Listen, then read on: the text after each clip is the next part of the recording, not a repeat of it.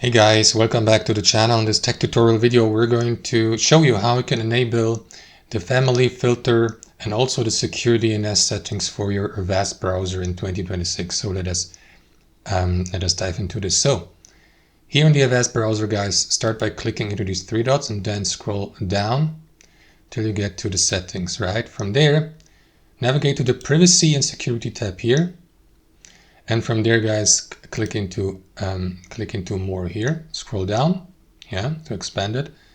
And below the privacy guard settings, you will see the DNS provider settings. So you may click into that drop-down menu and choose family filter here for clean browsing. And also, guys, here above, you will see the use secure DNS. It was enabled for me on default, but if you accidentally disable it, guys, here is how you can enable it back again. So switch it on here. And that's it, guys. So that's how we do it. Thanks for watching. Hope you enjoyed it, got some value from it, and we catch you later.